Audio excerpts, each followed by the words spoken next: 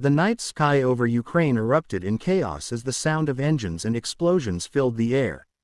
Across multiple cities, from Lviv in the west to Shostka in the north, the silence was shattered by the unmistakable buzz of drones diving toward their targets. This was not just another strike, it was one of the largest coordinated drone offensives launched by Russia in recent months, a powerful and terrifying show of force that left Ukrainian cities burning and millions of civilians scrambling for safety. The early hours of the morning saw fireballs rising into the darkness as energy plants, railway lines, and residential districts came under attack. Witnesses described the scenes as apocalyptic, buildings collapsing, windows blown apart, and streets lit up by flames.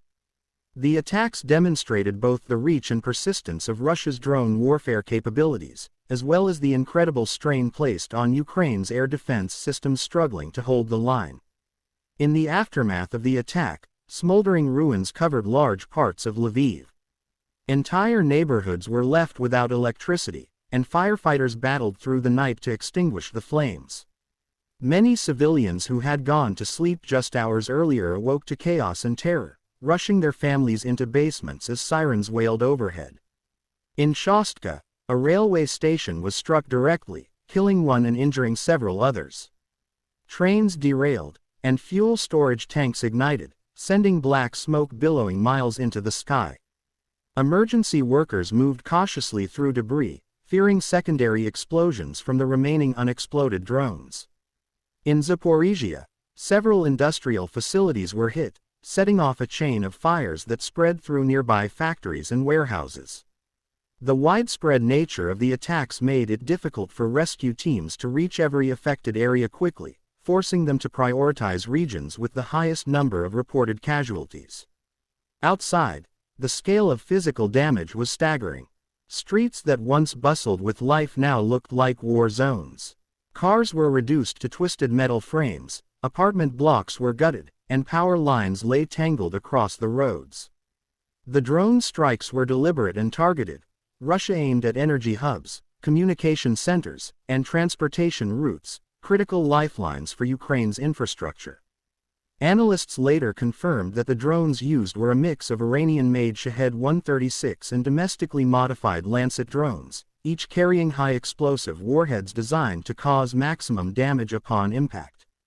The timing of the attack was calculated to create maximum disruption, hitting when most Ukrainians were asleep and when air defense readiness was at its lowest. The sound of engines approaching was the only warning before the first explosions hit, and by then, it was already too late. Inside the affected cities, the scenes were even more devastating. Families huddled together in darkness, listening to the distant rumble of drones and the thundering booms of air defense missiles. Emergency lights flickered inside bunkers where civilians waited for hours, unsure if their homes still stood above them.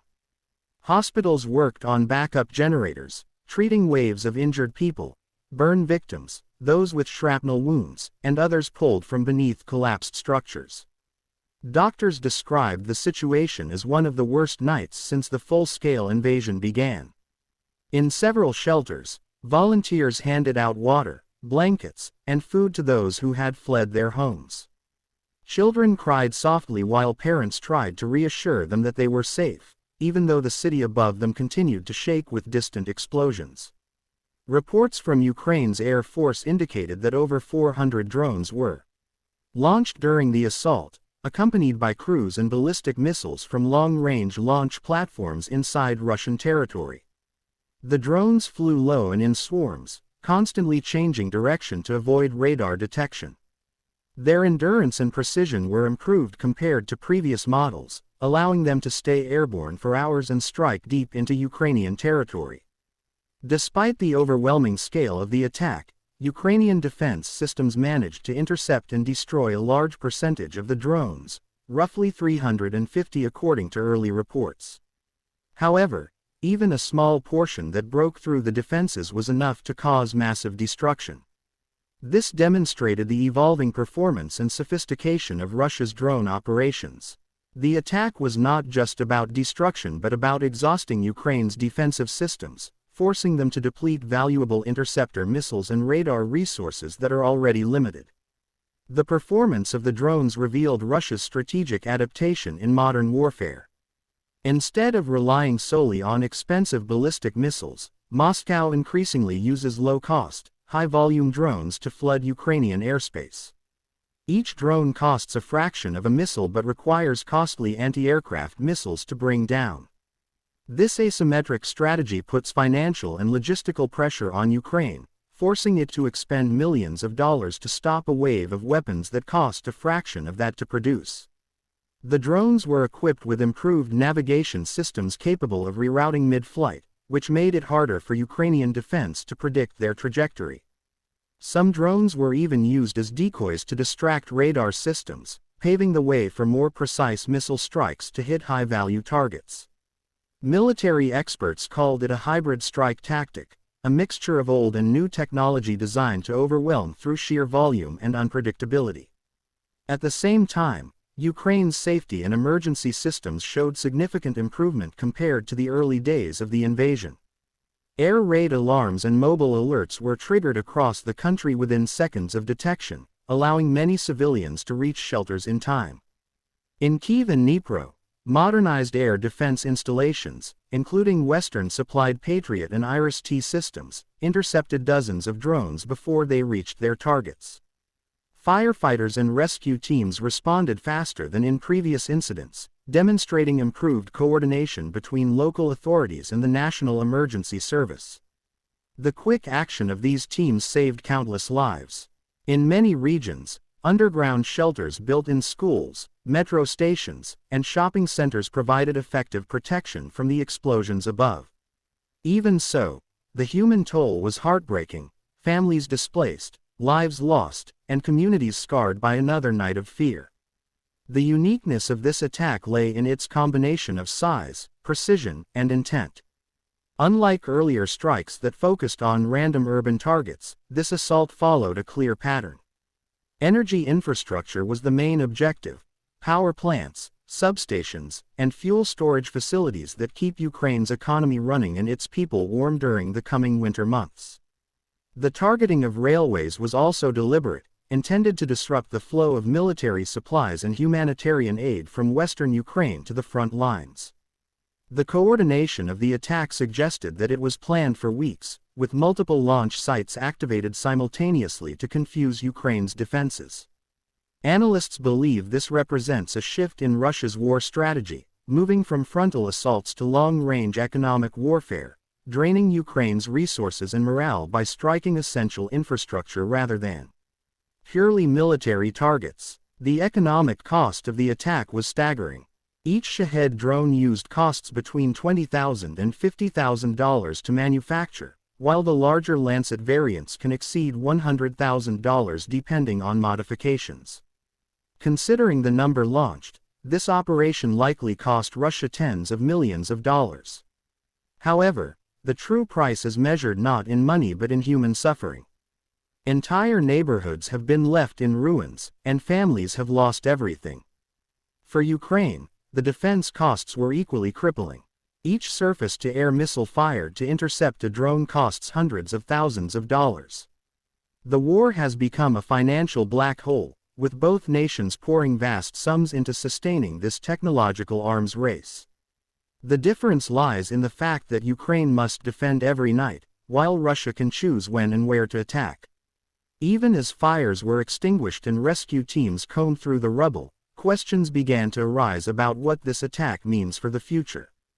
Experts warned that such large-scale drone swarms could become the new normal. Unlike missiles, drones are easier to produce, deploy, and control remotely. Their effectiveness in disrupting energy networks and striking deep behind enemy lines has made them one of the most important tools in modern warfare. For Ukraine, this means the coming winter could be brutal if power infrastructure continues to be targeted. Citizens may face long blackouts and fuel shortages, while industries struggle to recover from repeated attacks. Despite this grim outlook, Ukraine's resilience remains remarkable. Each time the lights go out, they manage to restore them again. Each time a city burns, people rebuild. On the global stage, the attack drew strong reactions. Western allies condemned the strikes as another escalation and vowed to provide Ukraine with more air defense systems. NATO countries, especially Poland and Romania, increased surveillance along their borders after reports that fragments of drones had entered their airspace. Humanitarian organizations renewed their calls for urgent aid to Ukraine, particularly energy supplies and emergency shelters before winter intensifies. Russia, on the other hand, framed the operation as a necessary response to Ukrainian drone incursions into its territory. This ongoing cycle of retaliation shows no sign of ending, with both nations locked in a deadly technological tug-of-war where civilians pay the highest price. As daylight broke over Ukraine, the full extent of the destruction became visible. Smoke still rose from the ruins of power plants, and streets were littered with debris. Exhausted firefighters rested beside their trucks while rescue teams continued to search for survivors. For many Ukrainians, this attack was yet another night of terror in a war that has dragged on far too long. Yet amid the devastation, there was also defiance. People emerged from shelters determined to continue their daily lives, to repair what was broken, and to prove that they would not be crushed by fear. This resilience has become Ukraine's greatest weapon, a spirit that no drone or missile can destroy. The massive drone attack on Ukraine was not just another chapter in this conflict, it was a demonstration of how warfare has changed. Precision drones, electronic warfare, and long-range coordination have replaced traditional battlefield confrontations. Both nations are adapting to a new kind of war where technology, endurance, and information control are as important as manpower. The skies over Ukraine tell a grim story of the future, a world where machines decide the pace of destruction and defense struggles to keep up. As night falls again, Ukrainians brace for whatever comes next, hoping for peace yet preparing for another battle in the air.